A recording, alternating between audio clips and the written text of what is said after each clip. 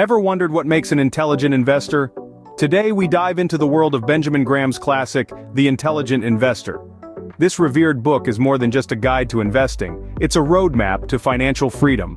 Born in the crucible of the Great Depression, Benjamin Graham's insightful principles have stood the test of time, shaping the investment strategies of some of the world's most successful investors. His philosophy? Investing isn't about beating others at their game. It's about controlling yourself at your own game. A pioneer of value investing, Graham's approach was simple, yet profound. Buy stocks like groceries, not perfume. He believed in a rational and analytical approach to investing, one that prioritizes long-term growth over short-term gain. So, whether you're a seasoned investor or just dipping your toes into the financial waters, Graham's wisdom is invaluable.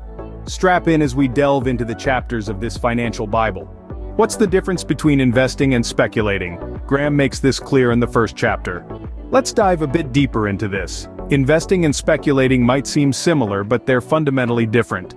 Investing, according to Graham, is a methodical approach to wealth accumulation. It involves a rigorous analysis of a company's value and potential for sustainable growth. It's a game of patience, perseverance, and discipline. On the other hand, speculating is akin to gambling. It's about making quick financial decisions based on market trends, rumors, or gut feelings, rather than concrete financial data. While it can lead to significant short-term gains, it's also fraught with risk and uncertainty. The key takeaway from Graham's distinction is this: an intelligent investor doesn't chase quick profits. Instead, they focus on the long-term potential of their investments, consistently analyzing and reevaluating their decisions based on sound financial principles. Remember, investing is about long-term growth, not short-term gains. Ever met Mr. Market? He's quite the character, according to Graham. This fellow is your hypothetical business partner who turns up every day to either buy your stake in a venture or sell you his. The catch? He's wildly emotional. One day he's overly optimistic, quoting high prices. The next he's down in the dumps, ready to sell at a pittance. Now here's where Graham's genius shines. He suggests you should not be swayed by Mr. Market's mood swings. Rather, use his erratic behavior to your benefit. When he's brimming with optimism, quoting high prices, it might be a good time to sell. When he's pessimistic, offering low prices, you might want to buy. However, remember, the idea isn't to let Mr. Market dictate your decisions, but to leverage his irrationality.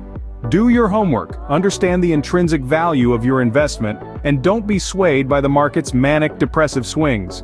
Don't let Mr. Market dictate your decisions, use his irrationality to your advantage.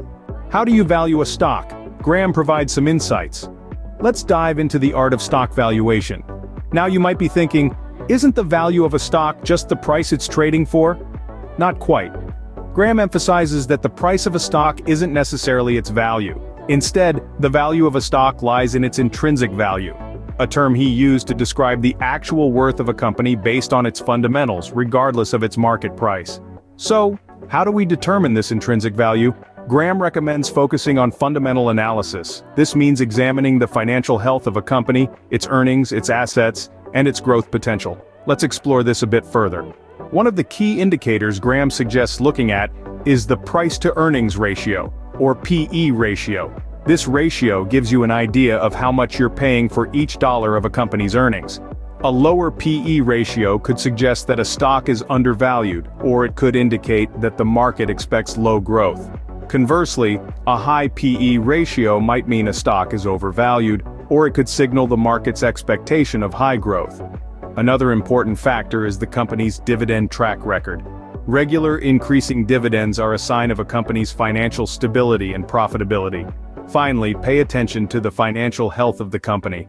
A company with a strong balance sheet, that is, more assets than liabilities, is more likely to weather economic downturns and come out stronger on the other side. Remember, these are just indicators, not infallible predictors. They should be used as tools to aid in your investment decisions, not as the sole basis for them. But what's the takeaway here? Don't just look at a stock's price tag, dig deeper. Look at the company's earnings, its dividends, its financial health.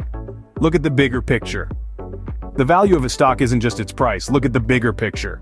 Scene script. Ever heard of the safety margin in investing? Let's explore what Graham has to say about it. You could think of the concept of a safety margin as a sort of insurance policy, a buffer against the unexpected. In the realm of investing, it's a principle that Graham emphasizes time and again. But what exactly does it mean? Well, it's the difference between a stock's intrinsic value, what it's truly worth, and its market price. Picture this. You're shopping for a winter coat. You find one that's perfect, it's warm, stylish, and it fits just right. The tag says it's $200, but you think it's worth even more because of its quality and design. Now imagine that same coat is on sale for $100. That's a 50% safety margin. You're getting more value than what you're paying for. In the world of investing, Graham advises us to seek the same kind of deals. He suggests buying stocks when they're undervalued, when there's a significant difference between the intrinsic value and the market price. This difference is your safety margin. It provides a cushion against market fluctuations, poor company performance, or other unforeseen circumstances. But how do you find these opportunities? It's all about diligent research, patient observation, and disciplined buying. It's about identifying companies with strong fundamentals, waiting for the market to undervalue them, and then making your move. Remember, the size of the safety margin can change. As the market price goes up, the safety margin shrinks, and as the market price goes down, the safety margin grows. It's a fluid concept, ever-changing with market dynamics. So why is the safety margin so important? Because it minimizes the risk of loss and maximizes the potential for profit. It's about buying a dollar for 50 cents, and who wouldn't want to do that? But always remember, the safety margin isn't a guarantee against loss. It's a tool, a principle that when used wisely, can increase your chances of success in the unpredictable world of investing. A smart investor always leaves room for error. That's where the safety margin comes in. Scene script. Are you a defensive or aggressive investor? Graham believes your approach should depend on your risk tolerance. Let's delve into what these two types of investors are. Firstly, defensive investors. These are the folks who prioritize safety over high returns. They aim for steady income and avoid serious losses. They're the tortoises in the race, slow and steady, not taking unnecessary risks. On the flip side, we have aggressive investors. These are the hares of the investing world. They're willing to accept greater risks in the hope of achieving higher returns. They actively seek out opportunities and aren't afraid to pounce when they see potential. Now, there's no right or wrong here. It all boils down to your personal financial needs and risk tolerance. Maybe you're a bit of both, a tortoise on some days and a hare on others. What's important is understanding your own financial landscape and investing style. So, know your risk tolerance and invest accordingly. How much does psychology play a part in investing? More than you might think, according to Graham.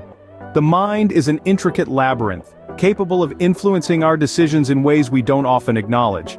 In the realm of investing, the psychological aspect can be quite significant. It's essential to understand that our emotions and mental state can greatly impact our investment choices. Graham emphasized the power of emotions in investment decisions. Fear and greed, the two most dominant emotions in the financial markets, can often lead investors astray. Fear can make us too conservative, causing us to miss out on profitable opportunities. On the other hand, greed can lead us to take on excessive risk, chasing unrealistic returns. To navigate this, Graham advised investors to avoid impulsive decisions. Instead, they should rely on a rational, disciplined approach. This involves conducting thorough research, understanding the intrinsic value of a stock, and maintaining a long-term perspective. Graham also highlighted the dangers of herd mentality. It's easy to follow the crowd, especially in times of market euphoria or panic. But such behavior often leads to buying high and selling low, the exact opposite of a successful investment strategy. So, how can we manage these psychological challenges? Graham suggested creating and sticking to a clear investment plan. This helps in providing a roadmap that can guide our decisions, keeping our emotions in check. Moreover, cultivating patience and resilience is key. The stock market is not a get-rich-quick scheme. It requires time and patience to reap the benefits. Resilience helps us to weather the inevitable downturns and stay the course. Furthermore, Graham emphasized the importance of learning from our mistakes. Instead of blaming external factors, we should introspect and identify what went wrong. This self-awareness can lead to continuous improvement and growth as an investor.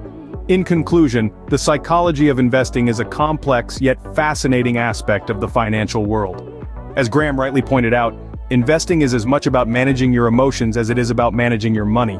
So, what have we learned from The Intelligent Investor? We've learned that investing is not the same as speculating, and that basing investment decisions on thorough analysis, rather than short-term predictions, is key. We've been introduced to Mr. Market, an erratic business partner whose mood swings can be used to our advantage. We've discovered the art of stock valuation, using fundamental analysis and focusing on indicators that reflect a company's intrinsic value. We've also been introduced to the concept of a safety margin, buying stocks at a low enough price to protect against market fluctuations and unforeseen circumstances. We've explored different investor profiles, defensive and aggressive, and learned that an investor should choose an approach based on their own financial needs and risk tolerance. Lastly, we delved into the psychology of investment, understanding that emotions can greatly influence our decisions and that an intelligent investor is a rational investor. Investing isn't just a game of numbers, it's a game of patience, discipline, and strategy. Remember, an intelligent investor is a patient investor.